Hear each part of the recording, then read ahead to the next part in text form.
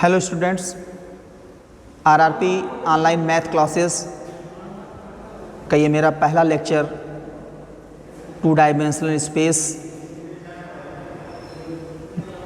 Circle, जिसको हम लोग वृत्त बोलते हैं, इस विषय पर आज हम लोग चर्चा करेंगे और इसके जो भी फार्मूले होते हैं और जो भी डेरिवेशन होता है उसको भी हम लोग देखेंगे और इसकी डेफिनेशंस को भी देखेंगे और उसके बाद बहुत सारे प्रॉब्लम्स को हम लोग हल भी करेंगे। ये तो अभी इतना हमको 2 डायमेंशनल स्पेस में ये चीज़ पढ़ना है। उसके बाद जो है हमको 3D भी पढ़ना है। 3 डायमेंशनल स्पेस में जो है हमको प्लेन एंड स्ट्रेट लाइन, समतल और सरल रेखा के बारे में पढ़ना है। तो इसको हम इसी क्रम में आगे क्रम से पढ़ते रहेंगे। लेकिन फिलहाल पहले जो है हम 2 डायमेंशनल स्पेस का जो है सर्किल यानी कि वृत्त के विषय में चर्चा करनी है। वृत्त को हमें सीखना है अच्छे से, ताकि हम इसके प्रॉब्लम्स को सरलतापूर्वक लगा सकें। चलिए बच्चों, आज का क्लास हमारा लेसन पहला ही समझिए। इसमें वृत्त 2D का पहला लेसन है। आज इसको स्टार्ट करते हैं। तो ये हमारा लेसन जो है वृत्त है। अंग्रेजी में इसको हम सर्किल के नाम से जानते हैं, यानी कि वृत्त। तो इसमें पहले हम वृत्त की परिभाषा जानेंगे कि वृत्त की डेफिनेशन क्या होती है। मान लीजिए कि हमारे पास कोई एक पॉइंट P है।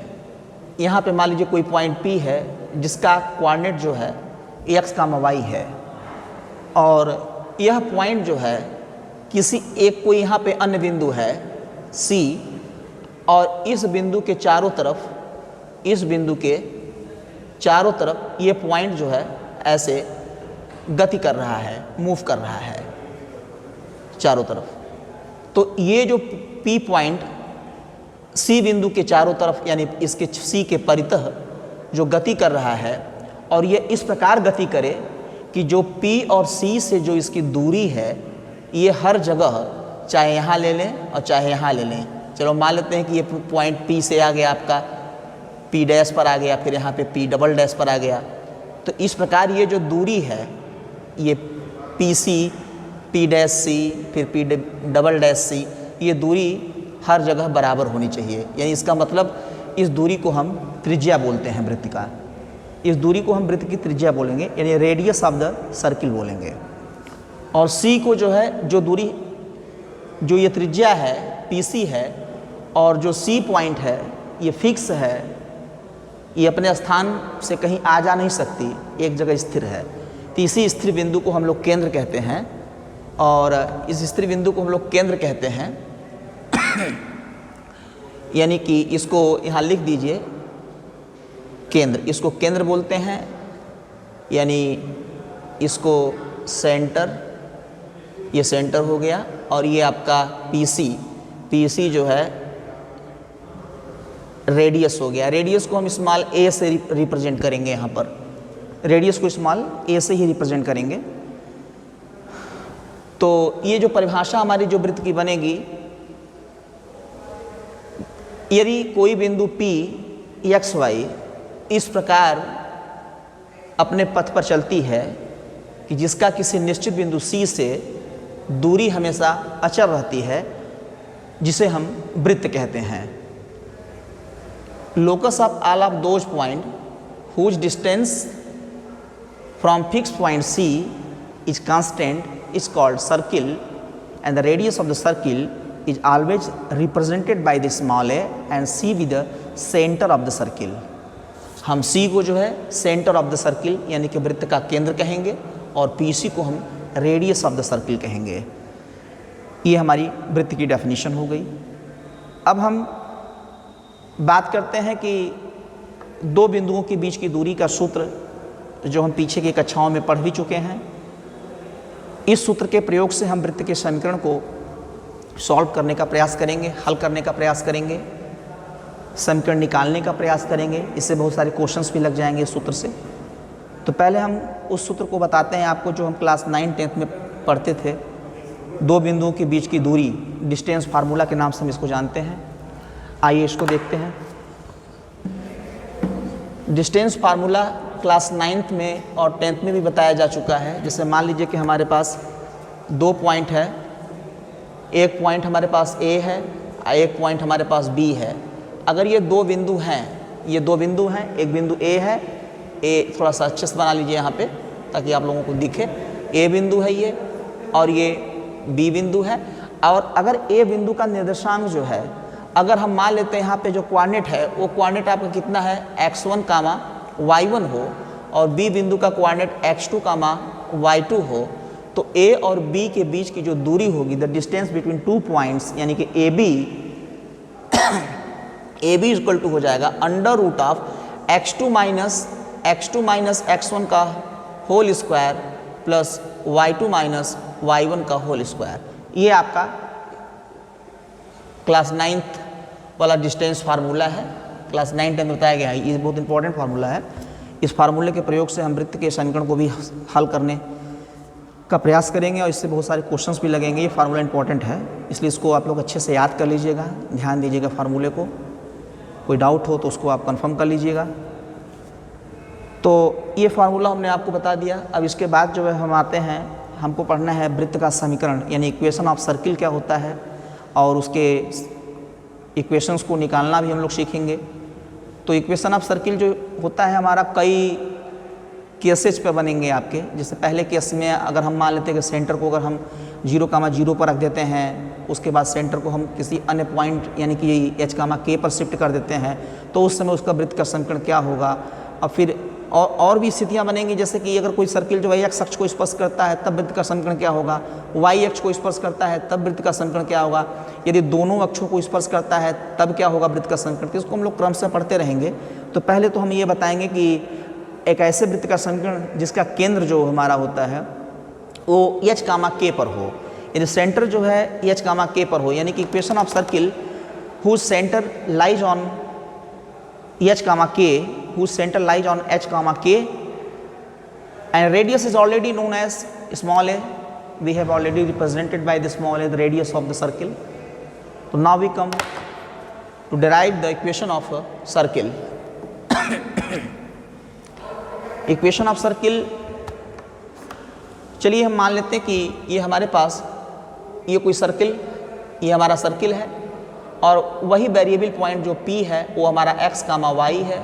ये हमारा वेरिएबल पॉइंट है P और ये हमारा सेंटर है C, ये हमारा सेंटर C है जिसके कोऑर्डिनेट को हमने h, k मेजर किया है। तो चलिए हमने मान लिया कि ये हमारा h, k ये सेंटर है, ये h, k सेंटर है। PC जो होगा इसका ये रेडियस होगा, इसे स्मॉल a से रिप्रेजेंट किए हैं PC। तो अब हमको इसका समीकरण बताना है, यानी कि इस चीज़ को ध्यान देना है। सबसे इंपॉर्टेंट चीज़ ये है कि इसका वृत्त का समीकरण तो हम लोग निकालेंगे ही, लेकिन इस चीज़ को ध्यान देना है कि इसका जो वृत्त का केंद्र है वो केंद्र कहाँ है, C पॉइंट पर है। तो C पॉइंट का जो कोऑर्डिनेट हमने मान लिया है वो h, k माना, स्मॉल h और स्मॉल k, और P पॉइंट x, y को जो हमने वेरिएबल पॉइंट माना है यानी कि मूविंग पॉइंट, तो इसका हमें निकालना है। तो हमने ये बताया था कि P के निर्देशांक जो हमारा x, y हो, तो हम इसको 2 बिंदुओं के बीच की दूरी का सूत्र लगा करके हम PC निकालना चाहते हैं, इसका डिस्टेंस क्या होगा। तो PC को निकालने के लिए क्या करेंगे, अंडर रूट ऑफ यहाँ होता है x2 माइनस x1 का whole square and plus y2 minus y1 का होल स्क्वायर। ये PC है। हाँ, ये आपको हमने PC, तो यहाँ हमने इसके हिसाब से लिखा है, आपको हम लिखवाए थे AB, तो यहाँ पे AB कर लीजिए। अभी हम बाद में इसको कन्वर्ट कर देंगे PC में। तो ये AB, ये तो हमने पहले ही आपको बता दिया कि 2 बिंदुओं के बीच की जो दूरी का जो फार्मूला होता है वो AB equal to under root of x2 minus x1 का whole square plus y2 minus y1 का होल स्क्वायर, इस टाइप से ये होता था।